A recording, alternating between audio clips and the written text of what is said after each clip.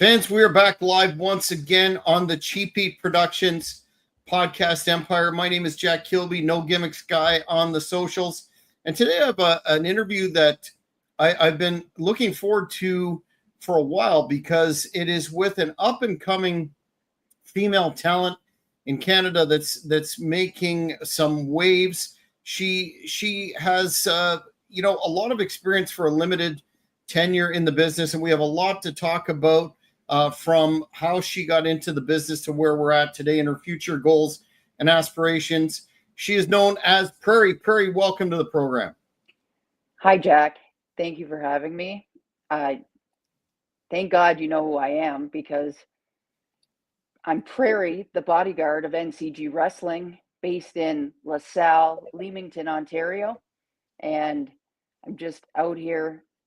I haven't started in the business, or I haven't been in the business for long, but I'm definitely making waves in it. Yeah, that's for sure. We'll talk about your presence on social media that has a lot to do with raising your profile in a second. But I think the fans like to start off with, what's your origin story? What drew you to professional wrestling, and how did growing up here in Canada influence your path to becoming a pro wrestler? Well, I grew up watching wrestling at a young age, like WWE, and I got to attend WrestleMania 23 in Detroit when I was just 10 years old then, and I went with my mom, and just seeing it live, how much like effort and work that goes into it, and just seeing one of my faves wrestle, Ashley Massaro. She passed away in 2019, and I always looked up to her. So yeah, just seeing her whole like attitude, the hat backwards, just growing up watching Trish Stratus, that really made me realize, wow, this is business where I'd want to make a statement and get into somehow. Was there, I was also at WrestleMania 23 in Detroit. That was a great, yeah, it was a great Mania for sure. Mm-hmm. But was there a moment where, a lot of folks thought, they were fans growing up and they're like, I'd like to get into that one day, but was there like a seminal moment where you landed on it and said, I'm really going to pursue this straight on? I went to California in 2011.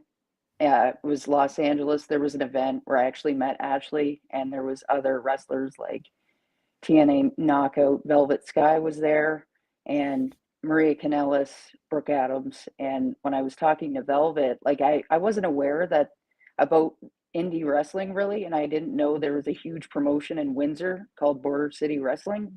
But Velvet's like, do you know who Scott D'Amore is? And she actually called him directly while I was there and gave me his info and basically told me, like, you have the look for this business. So that's kind of where I realized maybe I actually can get into it. What, in terms of your training process, how did you go about selecting a training venue, and what does that process look like for you to date?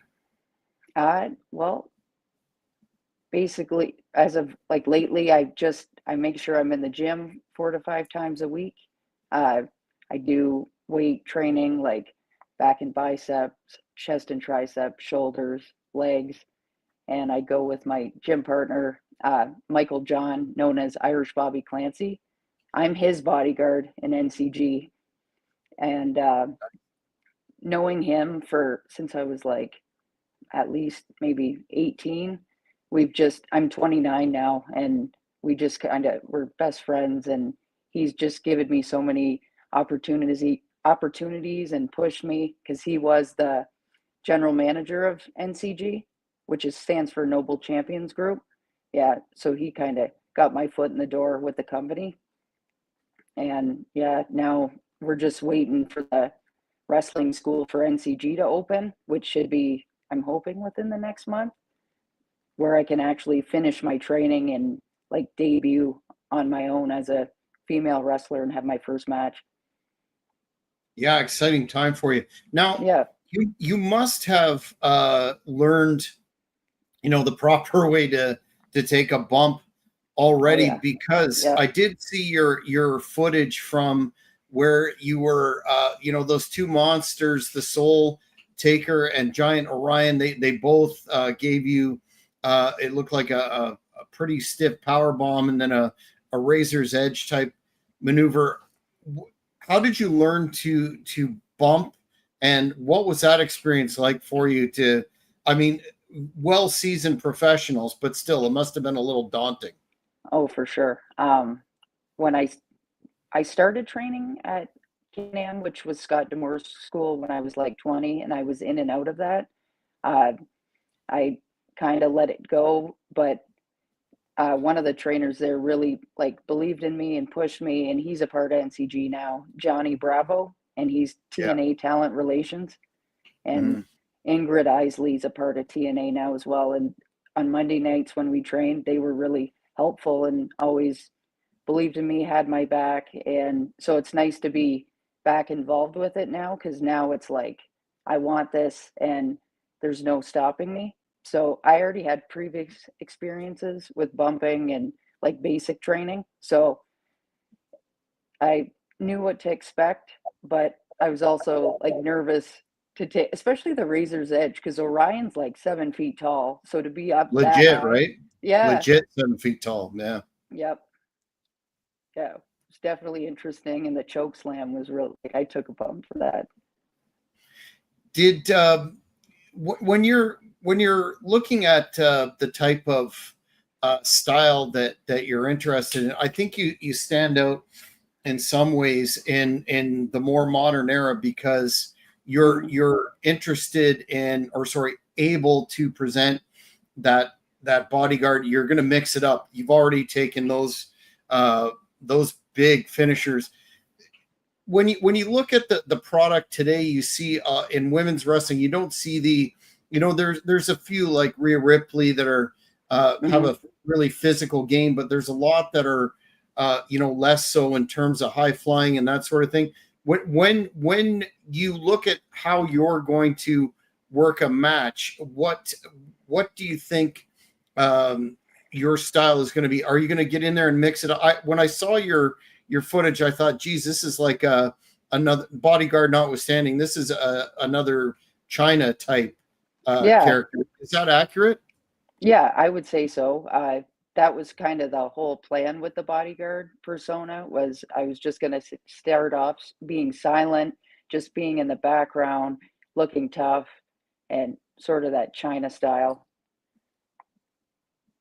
But Yeah, that's something that certainly isn't commonplace today. Jordan is asking, what was some of the challenges, difficulties you ran into while first starting off during training?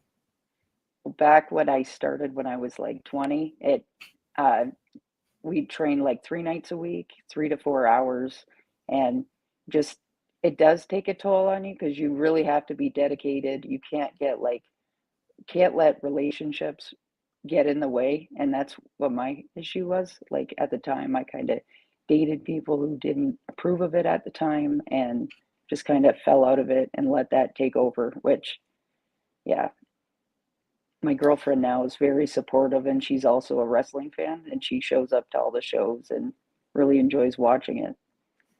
Yeah, that makes all the difference. Oh, for sure. In terms of, we use the term in the business, paying dues. Hmm. You're out there on the road. You've been involved in several independents. That side of the business that is not related to what you're doing in the ring. What are you picking up from being around, wrestling at its grassroots level like that? Uh, Well, it's a lot to take in. You're hanging out like in the locker room and watching the show, like as it's happening. When you get the opportunity, if you're not going over like what's going on with your part in the show, you just get to like just being around people. Like one of our last shows, Al Snow did a seminar and he had a match. Our champions, Tessa Blanchard. So just being involved where there's stars at the show. It's interesting just to see how they act, and you got to be respectful. Like one of the rules that I learned from when I started, you got to shake everybody's hand when you get there. You can't leave without doing the same thing. And Mhm. yeah, there's a lot that goes into putting a show together. And NCG, we've just been around for the last just over a year now, and they draw like crowd like 500 to 600 people. It's crazy for just starting Mhm. out like that. And we're Mhm. also expanding to Michigan too in October. Yeah, that makes sense given the proximity to the border. Do you take when you're backstage and you see some of the vets such as Snow and Tessa?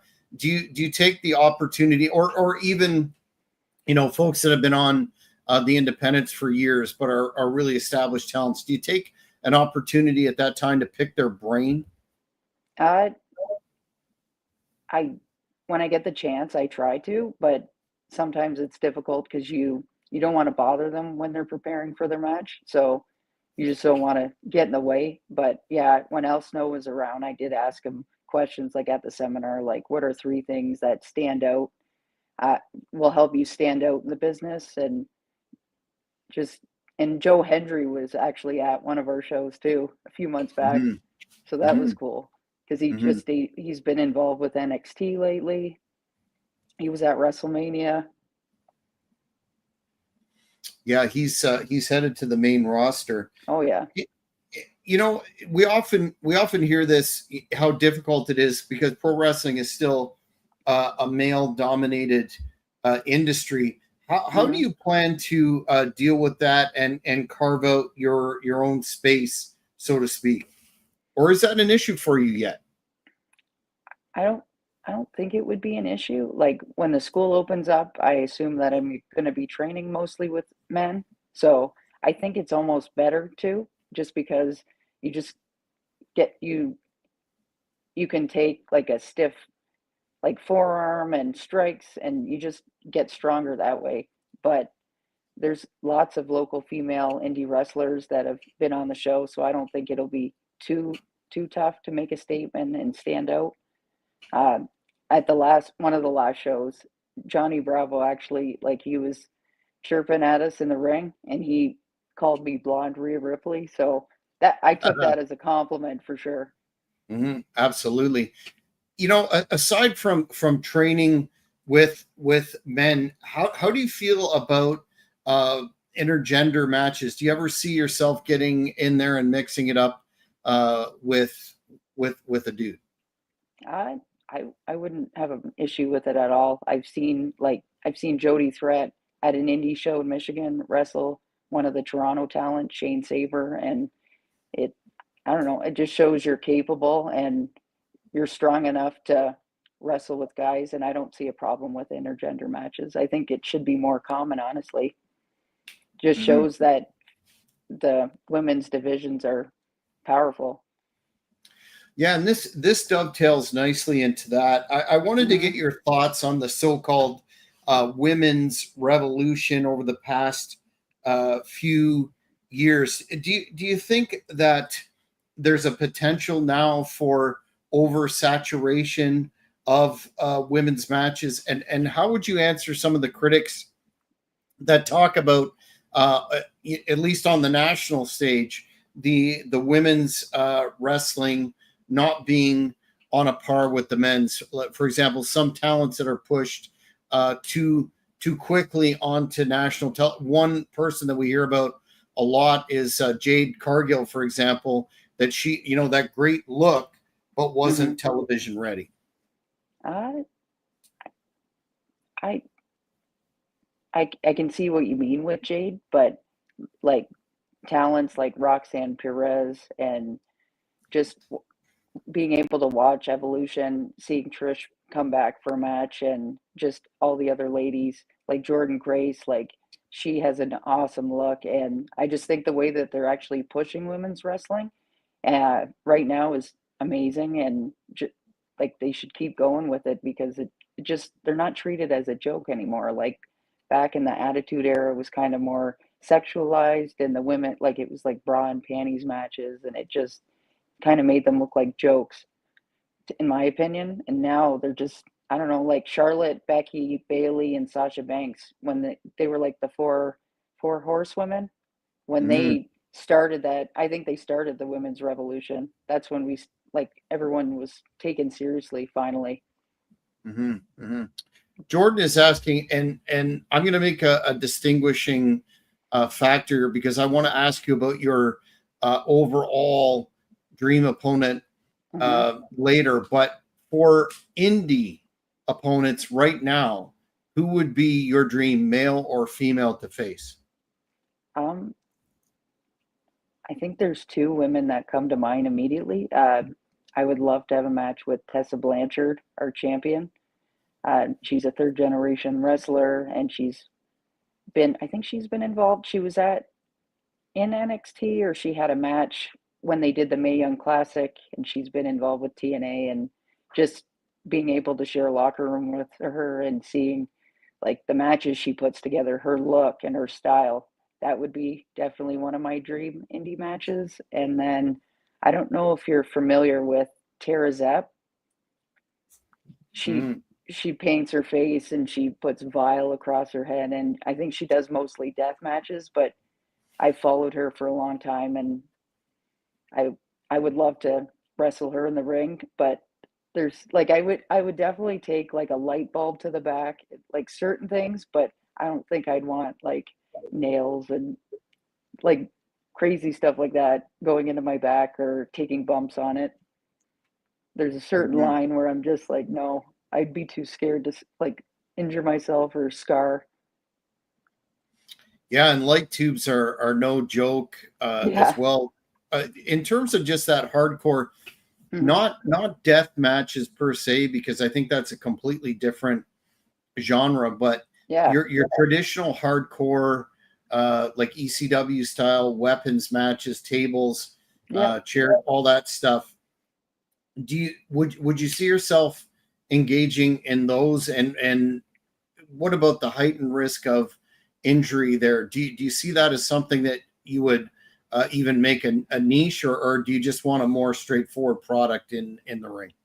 I would I would have to say like a mixture of both. Like I wouldn't be opposed at all, even now, to take a bump through like a table or a chair shot to the back.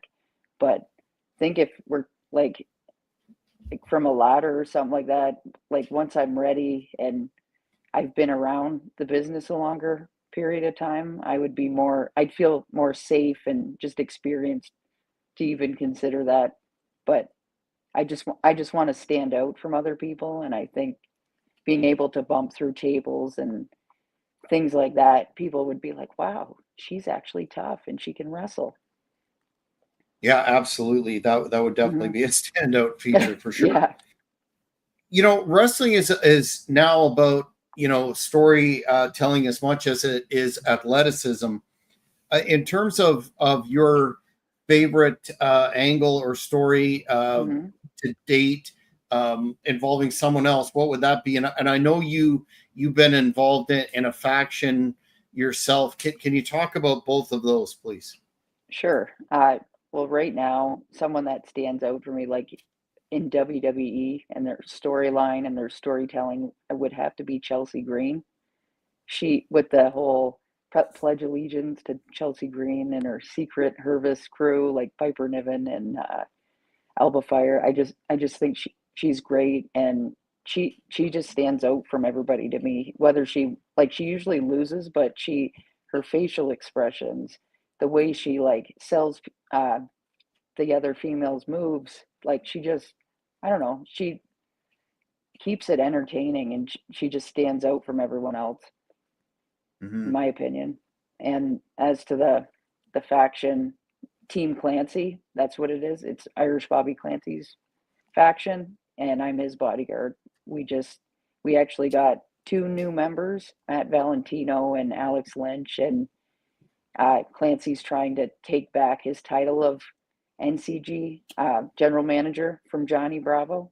And yeah, whenever any member of Team Clancy has a match, we stand ringside and make sure it ends up successful. Like whether we're interfering somehow, distracting the ref, stuff like that.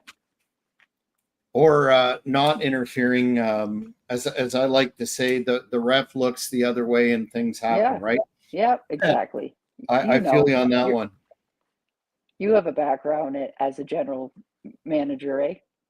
Yes, yes, as the heel authority figure of Great North Wrestling. Yeah, it's a lot of fun. Factions are a lot of Hmm. fun, and I think it's good that the business is working back towards reincorporating them again, because it Right. really adds to the entertainment of the show for sure. Hmm. So social media platforms are huge for wrestlers today. I wanted to know how your personal philosophy is towards using them to build your brand, and after you answer that, a second part of the question is, wrestlers sometimes are criticized for at one stage producing social media about, I'm in a program with this, or I hate this person, blah blah blah, Hmm. and then kind of exposing the business on the in the next post. What's your approach to social media? I I I only post stuff that relates to me, like whether it's to do with NCG, or I'm a big fan of horror movies and like metal music, so I'll typically share stuff like that. But I've seen a lot of drama that happens on social media where like promoters are blasted and just like other wrestlers, and I or just people are very negative, so they post about it. I don't see, find that professional at all. Like if you don't get along with someone, I don't know. I've never been one to post anything negative. I think it makes you look bad, like you bring drama to the table, and yeah, that's not something I would imagine doing. I very unprofessional. What about that whole deal about, do you think there's a responsibility, and I'll give you an example. A long time vet by the name of Bin Hameen, a friend of mine, talks Okay. about how wrestlers, kayfabe is dead, especially when we see this Mhm. WWE program, Unreal or whatever it's called. Mhm.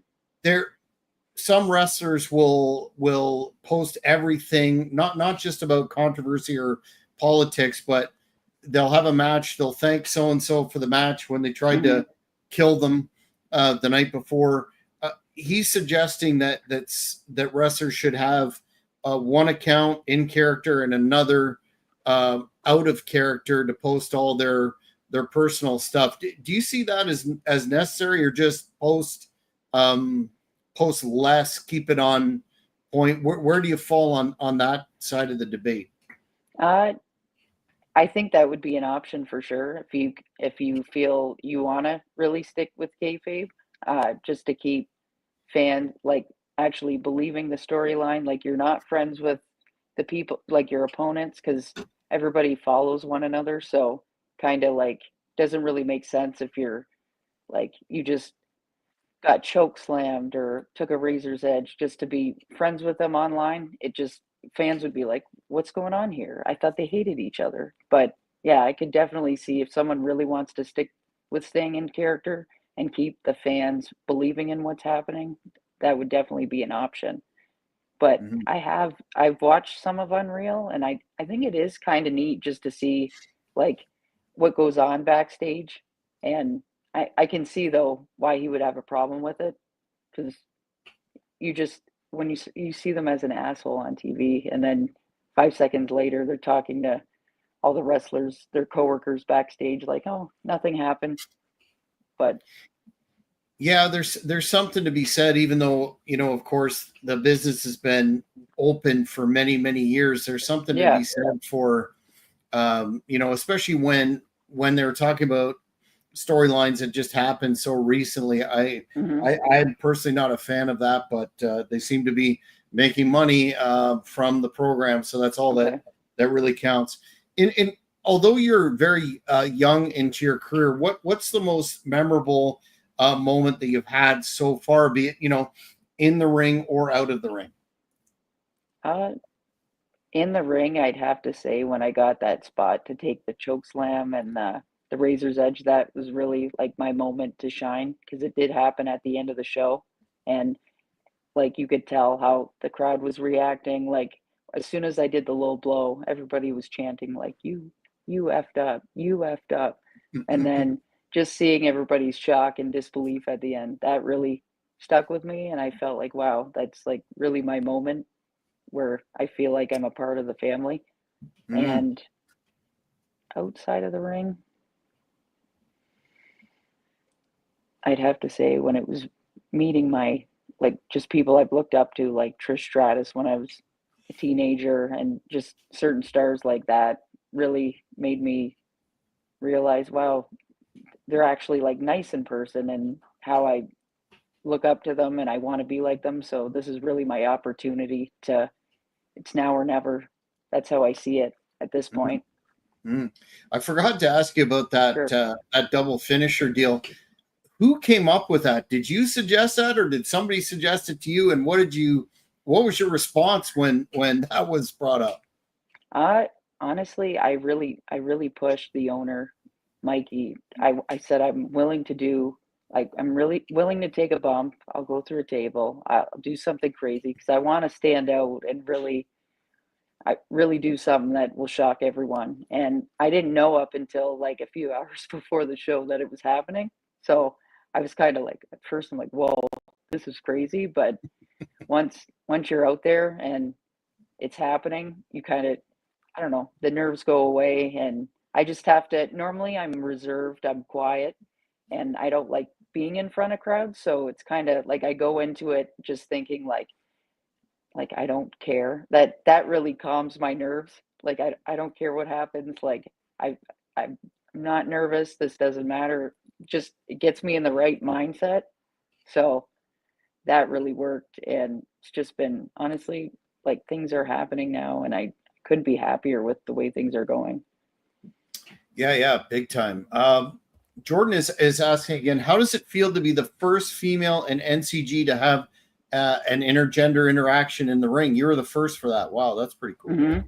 Yeah, it just feels amazing that I was the first one to be able to do that, and it, I don't know, it just, like I said, it, you stand out when you're involved with other men in the ring, and just being like, coming from like just being silent, like the China type gimmick, to being able to take a bump like that and interfere at the end of the show and make a statement like that, it just really like hit like, wow, things are starting to happen, and I just can't wait to see what the future will hold with NCG and other indie promotions that I could possibly work with in the future, and hopefully maybe make it to the main stage. Yeah, not that you, of course, did the spots there for this reason, but it must have really. I know if I would have been backstage and you came back after that, you would have been over with me. Did you get a lot of positive feedback from that, or were they like, "Holy cow, girl, what are you doing?" Or what was the response there? Well, the owner, all the wrestlers backstage were really like, wow, like, good job. Like, how are you feeling? And stuff like that. And when it was released on like social media, I think it's got like, the last time I noticed, has over like 130,000 views, the reel on Instagram.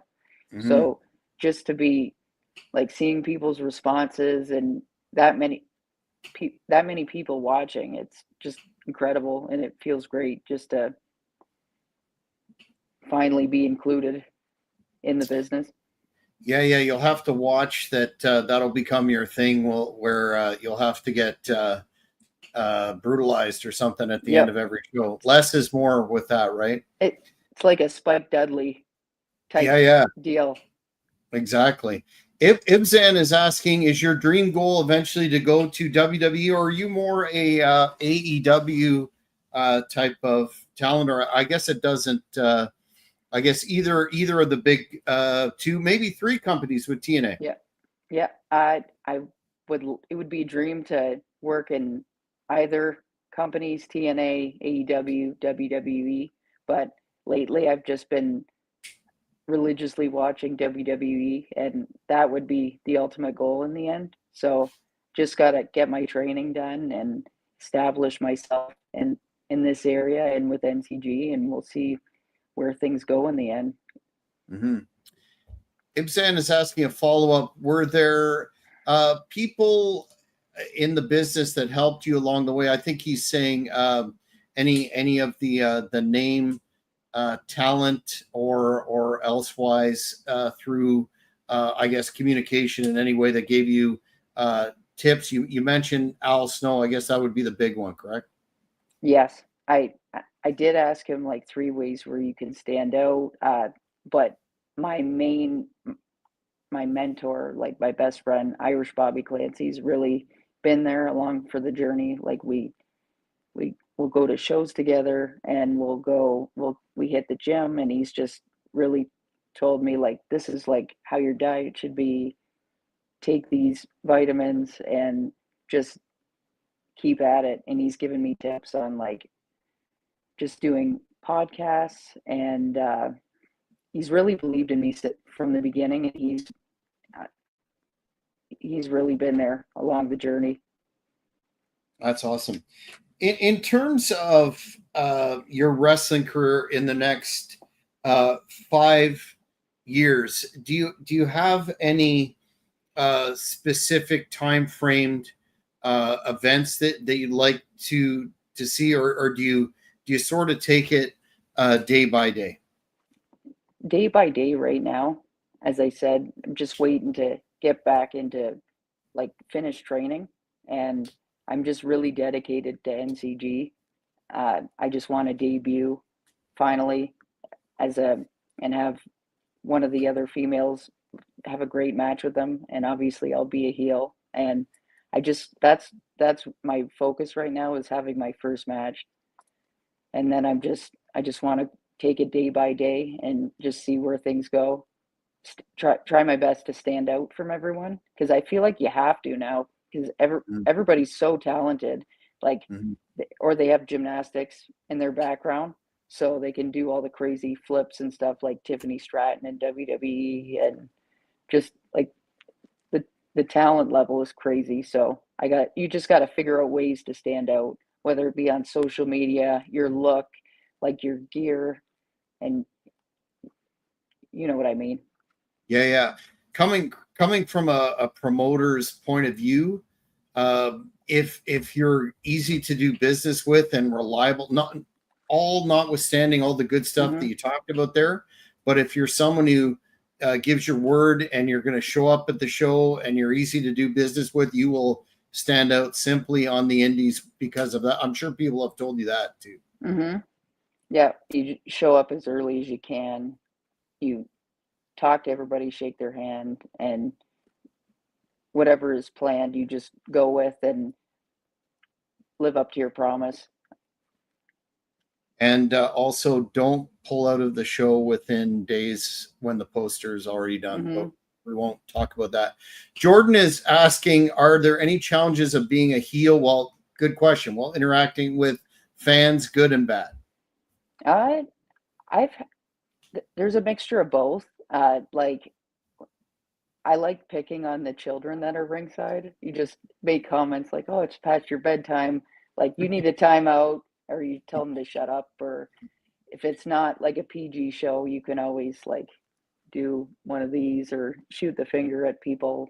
That that's fine. But at the last, we just did Hogs for Hospice in Leamington, Ontario, this past weekend, and the first show we did on Friday, after we made our entrance, we're in the ring. There was like a group of kids that were maybe like preteens, and they were really giving us heat, like yelling stuff like you wouldn't even imagine. You're like, don't your parents teach you better? But all of a sudden, one of them chucked like a full water bottle in the ring, and it hit one Mm. of our guys, Alex Lynch, like right in the face, and they were removed immediately. But there's always like risks that because fans take it like too literally, I think at times, and they think you're actually like a really rotten person, and I don't know, they take it personally, and it can get dangerous, obviously. So there's good and bad to being a heel for sure.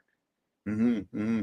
But the other argument is if they're, not that it's acceptable to throw anything in the Hmm. ring, but if they're doing that, you're connecting with them for sure. Oh, The for worst sure. is a heel to have no reaction at all, as you know. Exactly.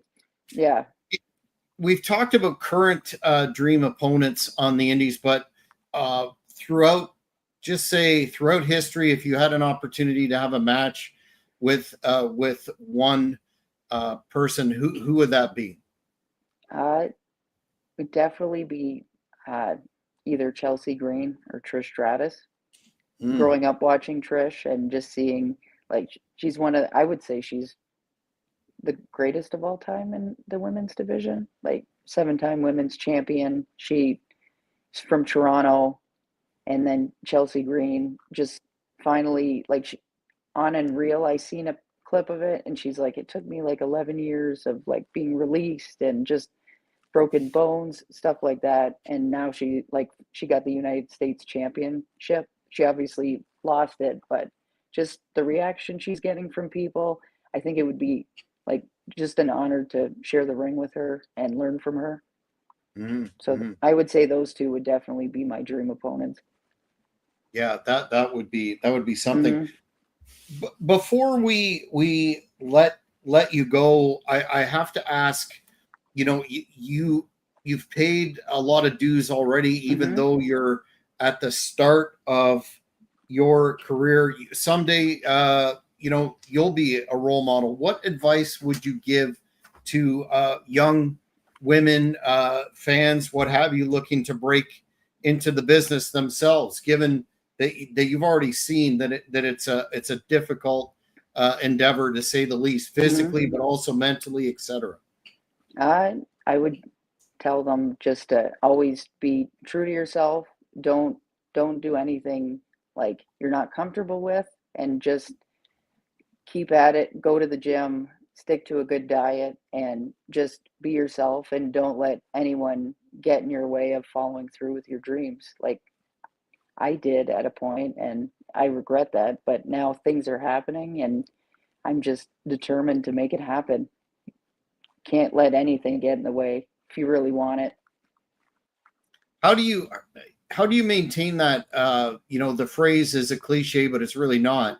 That attitude is everything. How do you maintain this positive attitude in the face of adversity? Uh, just I, you just stay true to yourself.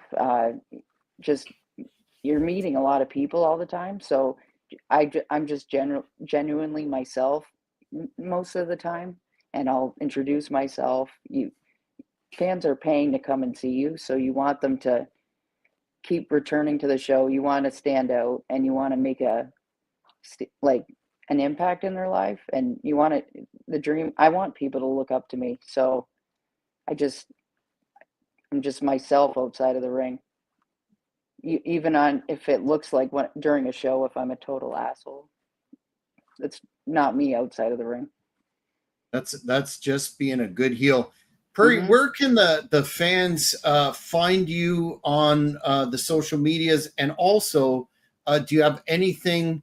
I know the promotion is booming. I plan to check out a live show myself, but what's going on in terms of events in the next few months that the fans need to know about in order to check you out? So I have Instagram, and you can find me at Prairie Bortolin.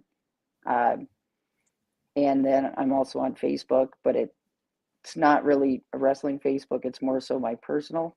And then with regards to NCG, you can give them a follow on Instagram. It's at NCG Wrestling, and we're also on Facebook under the same Noble Champions Group wrestling page.